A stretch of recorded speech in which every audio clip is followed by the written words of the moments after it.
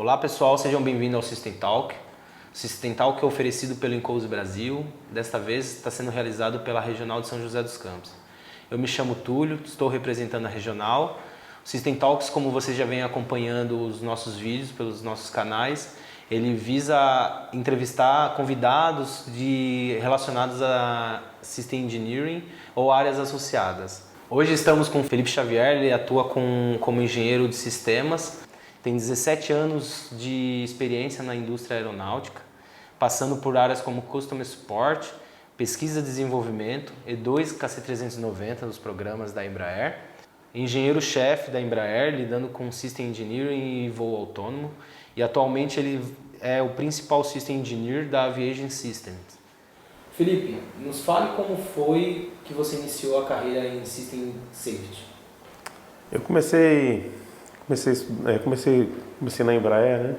Mexendo com confiabilidade, normalmente, quando estava mexendo lá com reverso, isso lá quando eu estava trabalhando lá tempo atrás. E eu comecei a ver, quando eu fui trabalhar num projeto lá no Embraer chamado Fly-by-Wire, a gente começou a trabalhar com confiabilidade mesmo, olhando o sistema, né? Fazendo a confiabilidade do sistema. Nós vimos que muitas das falhas que estavam acontecendo na aeronave não eram relacionadas à falha de componentes, mas sim a relação entre os componentes. Então essa relação dos componentes que a gente teve começamos a analisar, a gente começou a olhar outras técnicas para poder fazer as análises baseadas em hazard, como é que o piloto está envolvido nessas análises, como é que eu faço a minha análise, levando em consideração que o meu sistema, ele pode, além de falhar, ele pode ter erros associados, né?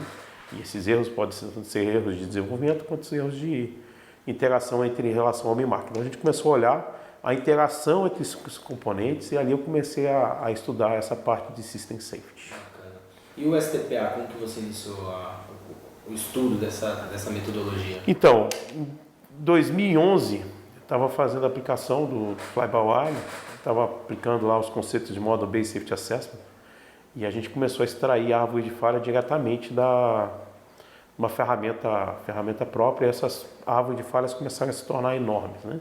E a gente começou a olhar, a gente tem que fazer essas análises pensando como é que eu posso otimizar essas análises e como é que eu posso ter um sistema mais seguro. Então, no finalzinho de 2011, eu fui apresentado ao STPA, fui falado rapidinho sobre o STPA, sobre STEMP, uma nova metodologia, comecei a estudar por si próprio, o STPA, comecei a ler um pouquinho, era uma ferramenta ainda bem no começo do desenvolvimento, era bem inicial, então a gente comecei a estudar. Em 2011, 2012 eu participei do primeiro workshop, foi o primeiro workshop do MIT sobre o assunto, e desde então tenho participado frequentemente dos workshops e feito cada vez mais aplicações com relação ao STPA, já há quase 8 anos de aplicação. O STPA nasceu no MIT, pelo visto? Ele nasceu no MIT, foi criado pela professora Nancy Levinson, né? E nada mais é do que uma metodologia que pega todos os conceitos, os melhores conceitos de Systems Engineering, adapta eles a um processo, né? Então você tem os processos para fazer o desenvolvimento do sistema. Tá. E como foram os desafios, tanto na carreira de System Safety quanto na utilização de STPA? Então, os primeiros desafios foi que na empresa você tem uma cultura, né? A cultura da empresa é difícil você mudar, né? Então você já tinha algumas pessoas que já sabiam trabalhar com engenheiros de confiabilidade, que eram engenheiros de safety, e essas pessoas elas faziam as análises do avião e já tem vários aviões que já foram certificados, então eram pessoas com experiência. Aí você começa a trabalhar, você começa a propor alguma coisa nova para essas pessoas, né? E começa a gerar uma certa dificuldade, porque agora você está propondo alguma coisa e a gente era um pouco também imaturo, né? A gente falava que que eles estavam fazendo era obsoleto, que a gente tinha uma atividade um pouco melhor, tal. Então a gente tinha um dos nossos problemas também foi o jeito que a gente tratou perante as pessoas mais antigas. Aí o que nós vemos hoje é que o que a gente está propondo é um processo de desenvolvimento e o que eles estão fazendo é um processo de verificação do desenvolvimento. Então as duas atividades elas podem ocorrer em série, né? Tá. E elas são complementares. Elas se complementam? Elas se complementam. O STPA entra Que fase mais ou menos do desenvolvimento? O STPA está sempre no começo do desenvolvimento, né? Sempre no início do desenvolvimento, onde que você tem o maior ganho. Quanto maior a complexidade do sistema e menor o seu nível de conhecimento do sistema, que é o Technology Readiness Level, né? Ele é mais aplicável, você tem mais benefícios em aplicar o STPA. Então o STPA, o que ele vai fazer? Ele vai te ajudar a você olhar agora o seu sistema, você tem que definir qual o seu sistema, qual o seu sistema de interesse, e ele vai mostrar para você a interface, né, o seu sistema com o ambiente e as interações entre os seus componentes do seu subsistema. E você vai começar a derivar os requisitos para o desenvolvimento do sistema. Então, o que precisa, primeiro, é fazer a análise, é verificar qual é o objetivo do seu produto, né? O STPA, a gente utilizou ele a gente tem utilizado ele muito voltado na parte de safety, mas ele não se aplica somente a safety, né? Porque você pode definir um hazard. Como o hazard é aquilo que o stakeholder ele quer evitar, pode ser além de safety, né? Pode ser perda financeira, né? Relacionada à perda da missão. Então, relacionado ao que o stakeholder ele quer evitar, você define os hazards e você aplica o STPA. Então, o STPA você vai te dar uma completude no seu desenvolvimento, que você vai drivar os seus requisitos no começo, né, do processo de desenvolvimento, e esses requisitos já vão passar para o engenheiro de sistemas, para os projetistas que vão fazer o desenvolvimento correto, né? Então, a entrega principal do STPA são os requisitos? Seriam requisitos? É uma análise, eu falo que seriam os requisitos, mas seria uma análise integrada de sistemas, né? Hoje, no processo de verificação e validação que nós temos hoje, né, processo de V&V, aí se você for olhar o processo de safety, você começa lá no AFHA, você tem o PASA, você tem o SFHA e você tem o PSSA, né?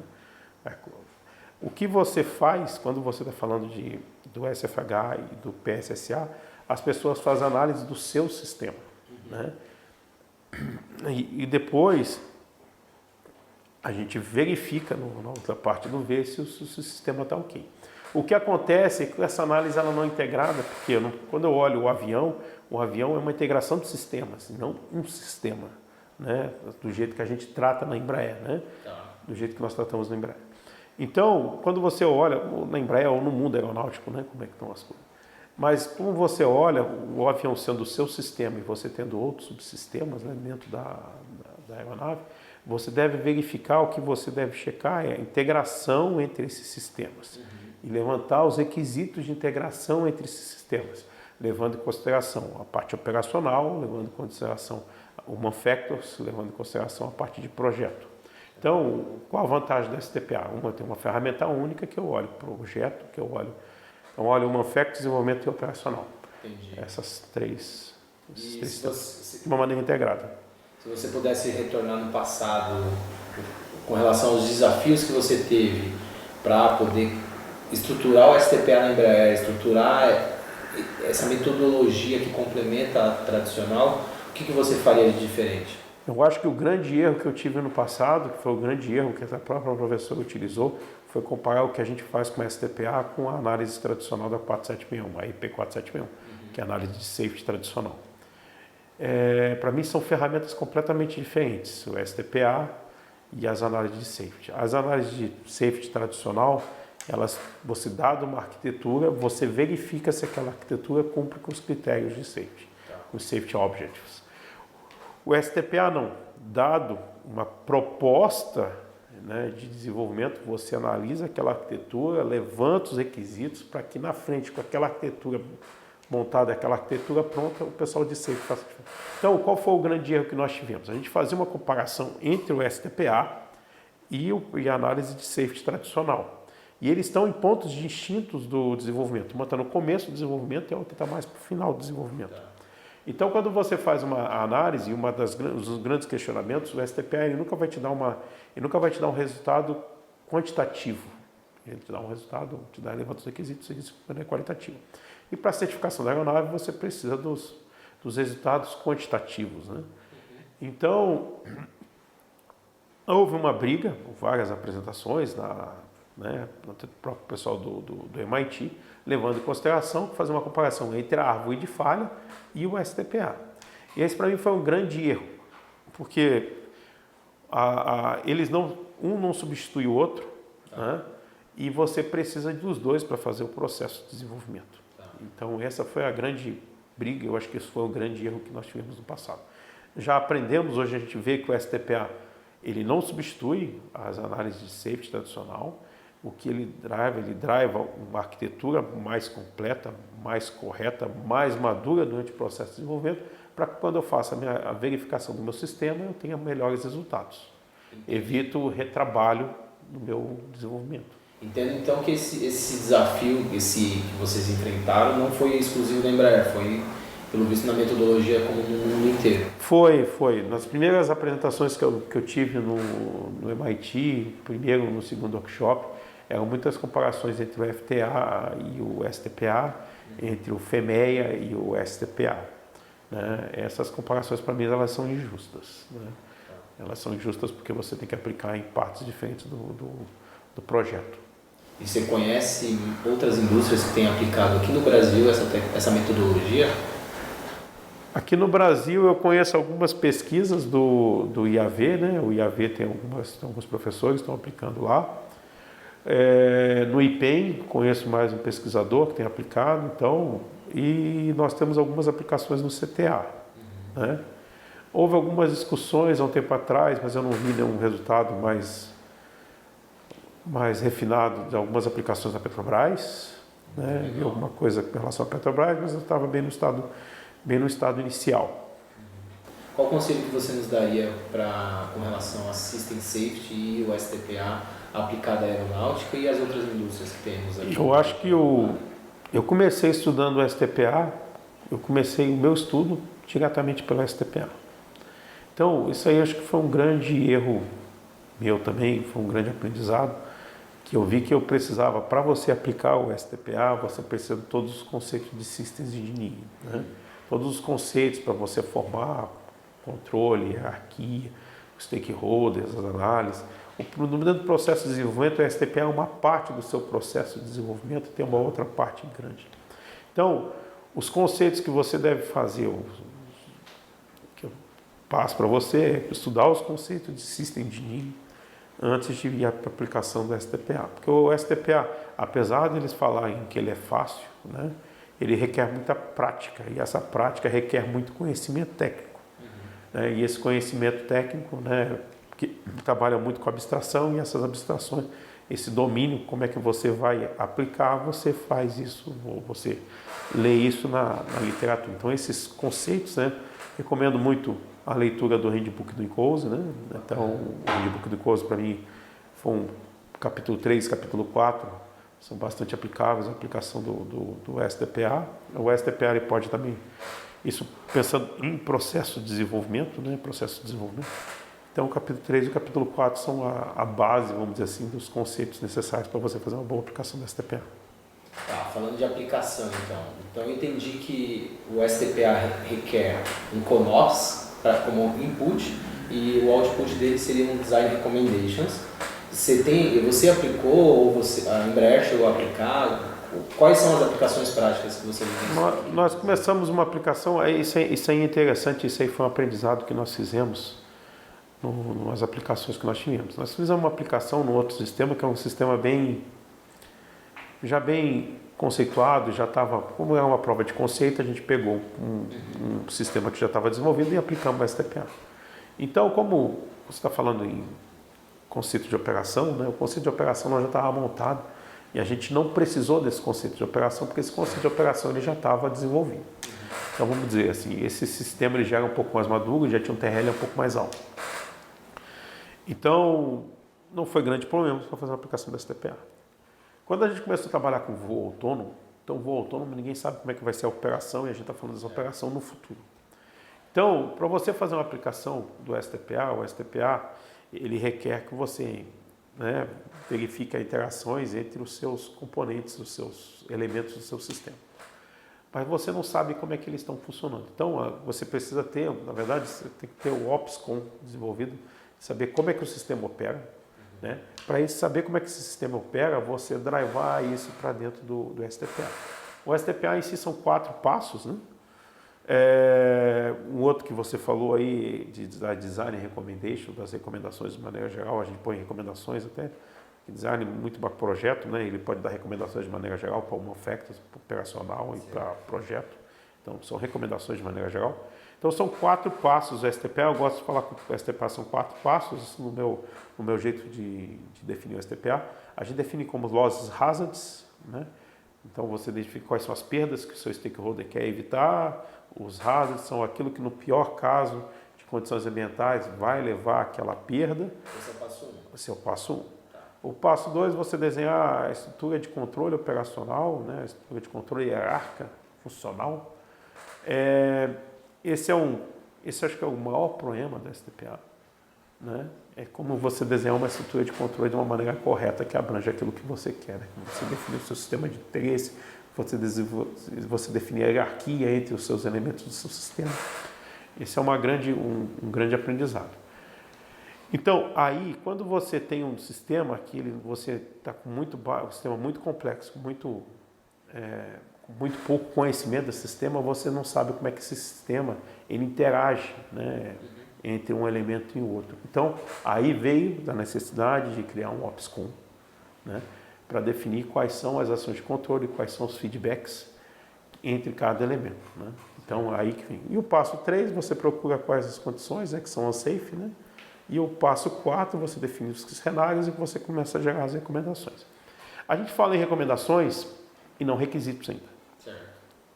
Por que a gente está falando de recomendações? Porque o requisito você vai lá e vai ter que alocar exatamente qual vai ser o hardware que vai aplicar aquilo lá. O requisito é específico. O requisito é específico e o requisito é específico para o projeto.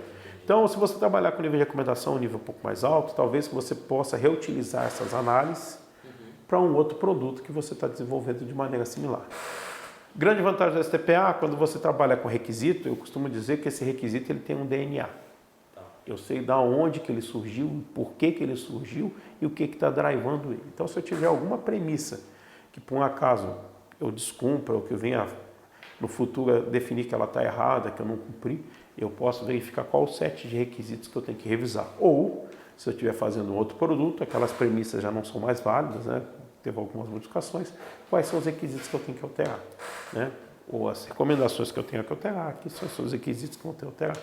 Então, essa parte da rastreabilidade, da sua definição do seu projeto, né? Quando eu falo definição, eu estou falando dessa parte de recomendação, eu estou falando de treinamento, eu estou falando de requisito de projeto, eu estou falando de requisito de maneira geral de desenvolvimento, requisito de operação, isso, né, em relação ao Human Factor, isso vai me drivar do meu STPA, das minhas análises do STPA. Então, ele te dá uma completude de todo o processo de desenvolvimento. Eu não penso no processo de desenvolvimento pensando somente no equipamento, eu penso no processo de desenvolvimento pensando como é que aquele equipamento ele interfaceia com os outros equipamentos, ele interfaceia com o meu sistema operacional, com minhas condições operacionais e ele interfaceia com o humano que está trabalhando lá, né? Então é uma análise um pouco mais completa. Isso é uma análise única, né? A grande vantagem que eu vejo, os grandes aprendizados que eu vi, quando você começa a analisar isso tudo de uma maneira conjunta, né? Como é que eles estão, como é que o sistema, né? Ele interage, né? Entre os seus elementos e como é que é a interface dele com o seu ambiente, né? A gente tem uma solução muito mais madura já no seu processo de desenvolvimento. Quais são as expectativas para o que lhe vem na VH Systems?